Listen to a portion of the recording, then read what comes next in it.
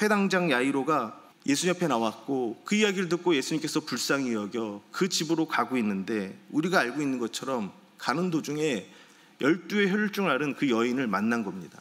그리고 그 여인을 치유하시고 그 여인과 대화하면서 시간이 지체되었습니다.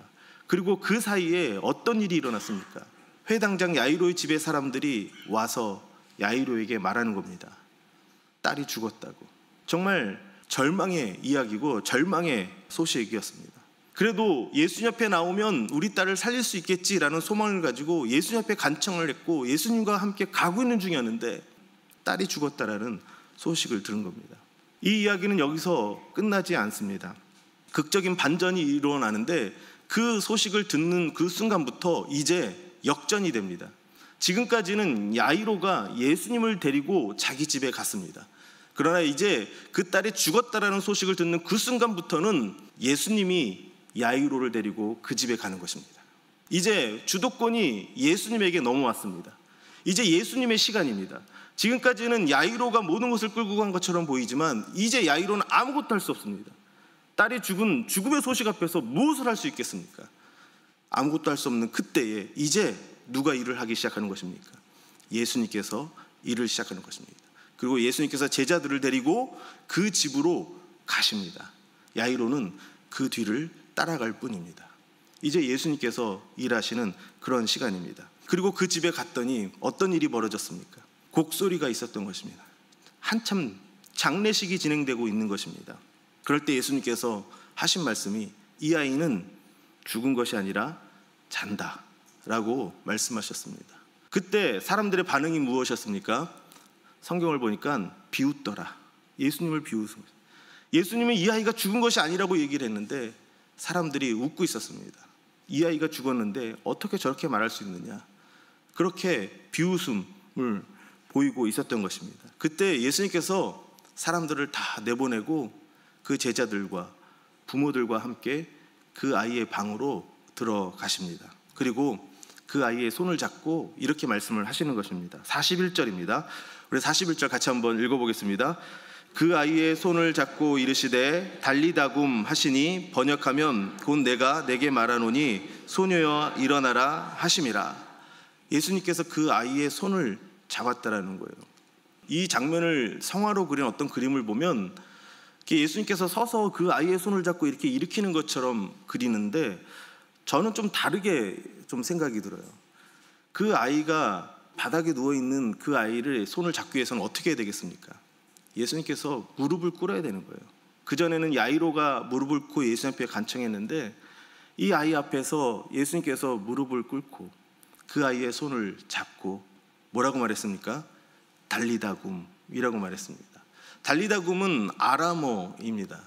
지금 성경 전체는 히브리어로 기록되어 있는데 예수님께서 직접 하셨던 말 아람어를 지금 마가가 기록을 하고 있습니다. 이거는 이 현장 속으로 우리를 끌어들이고 있는 거예요. 예수님께서 하신 말 속에 우리를 집어넣고 있는 것입니다. 달리다굼은 두 개의 단어가 합쳐져 있는 것인데 달리다라는 말과 굼이라는 단어가 합쳐진 겁니다. 달리다는 여기 번역되어 있는 것처럼 성경에 소녀 이런 뜻인데 더 정확한 의미는 사랑하는 아이를 부를 때 부르는 애칭이라는 겁니다. 우리나라 사람들이 자녀들을 애칭으로 부를 때 많이 부르는 게 뭡니까? 우리 강아지야. 그런 말 많이 하잖아요. 그렇죠? 우리 강아지. 아, 예쁘다. 그렇게 많이 얘기하잖아요. 그렇죠? 그러니까 달리다굼은 소녀야 라는 말보다 엄밀히 말하면 우리 강아지 굼 일어나다 라는 뜻입니다. 이제 일어나야지. 아침에 엄마 아빠가 자기 자녀를 깨우듯이 아이의 이름을 부르면서 이제 일어나야지 하는 그런 표현입니다.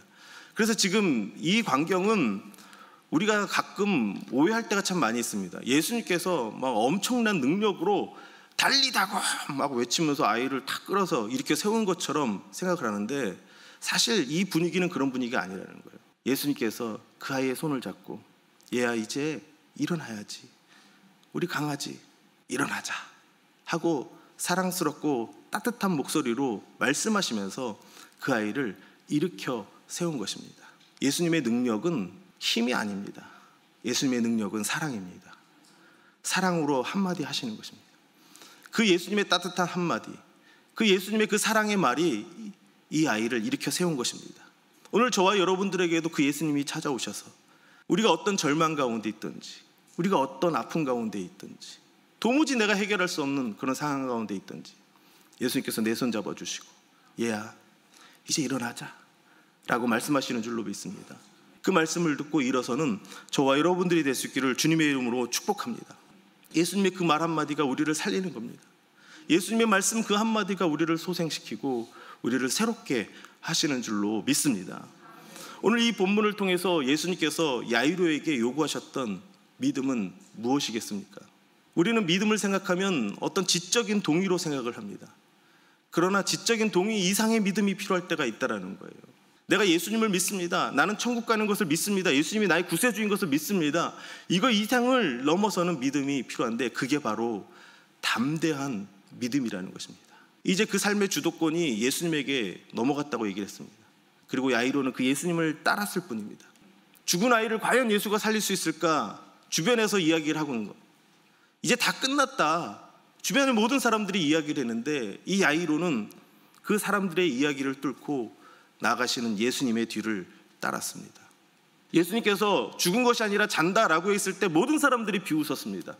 그 비웃음을 뚫고 이 야이로는 예수님의 뒤를 따랐던 것입니다. 야이로도 예수님한테 이렇게 이야기할 수도 있을 겁니다. 예수님 이제 다 끝난 거 아닙니까? 이제 그냥 돌아가셔도 됩니다. 예수님 지금 곡소리가 들리지 않습니까?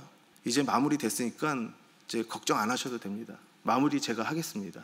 이렇게 할 수도 있을 텐데 야이로는 예수님이 가시는 그 길을 따라간 겁니다. 죽음의 길로 가고 있는 그곳에서 다시 생명을 일으키기 위해서 가시는 그 예수님의 길을 야이로가 따르고 있었다는 것입니다. 이것은 담대함이라는 것입니다. 모든 사람이 안 된다고 얘기하고 있고 모든 사람들이 비웃고 있는 그 상황 가운데 예수님을 따를 수 있는 것, 그게 바로 담대함입니다.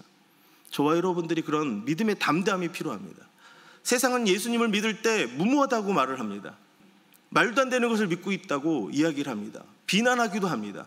그럴 때 여러분이 담대하게 예수를 따를 수 있기를 바랍니다. 그 믿음이 우리에게 필요하다라는 것입니다. 담대함과 무모함은 종이 한 장처럼 보일 수도 있습니다. 담대함과 무모함의 차이는 무엇입니까? 무모함은 자기 생각대로 하는 것이 무모함이라고 할 수 있습니다. 담대함은 나로부터 시작되는 것이 아닙니다. 예수님을 믿는 믿음으로부터 시작된 것이 담대함입니다. 예수님을 믿기 때문에 행동하는 것, 그게 바로 담대함이라는 것입니다. 예수님의 그 모든 것이 나의 것이 되어서서 행동하는 것, 그게 담대함입니다. 예수님이 십자가에서 죽으시고 부활하셨다는 것을 믿기 때문에 그 죽음에서도 우리를 살릴 것이라고 믿는 그 담대함이 우리에게 있다는 것입니다. 모든 절망과 아픔과 고통 가운데서도 하나님께서 치유하시고 회복하시는 것을 믿기 때문에 그 믿음이 우리에게 담대함이 되는 것입니다. 예수님의 십자가를 믿으십니까? 그러면 우리가 죄로부터 구원받았다는 것을 믿는 담대함을 가지시기를 바랍니다. 예수님께서 십자가에서 3일 만에 다시 부활하셨고 지금 하나님 우편에 계셔서 온 세상을 다스리고 있다는 걸 믿으십니까? 그럼 우리의 미래도 반드시 승리할 것이라는 것을 믿는 저와 여러분들이 될 수 있기를 바랍니다. 이 믿음의 담대함이 우리에게 필요한데 이 믿음의 담대함은 어디서 그냥 생기는 것이 아니라 우리가 말씀을 듣고 말씀을 묵상할 때, 그래서 내 생각 속에 말씀이 채워져 있을 때 이 믿음의 담대함이 생긴다는 것입니다. 세상의 생각으로는, 내 생각으로는 오늘 본문에서 본 것처럼 이제 상황 끝났다 그렇게 얘기하는 겁니다. 비웃으면서 그냥 상황을 끝낼 수도 있다는 것입니다. 그러나 말씀이 우리 안에 채워져 있으면 예수님을 믿게 되고 예수님을 믿으면 예수님을 따르게 되는 것입니다.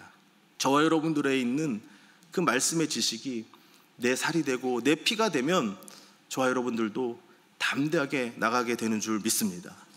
예수님의 열정이 나의 열정이 되는 것이고 예수님의 능력이 나의 능력이 되는 것이고 그리고 예수님의 사랑이 나의 사랑이 되는 것이고 내 삶은 예수님에 의해서 결정된다고 믿고 살아가게 되는 것입니다. 예수님을 믿고 예수님의 모든 것이 나의 것이라고 믿고 담대하게 나가는 저와 여러분들이 될 수 있기를 주님의 이름으로 축복합니다.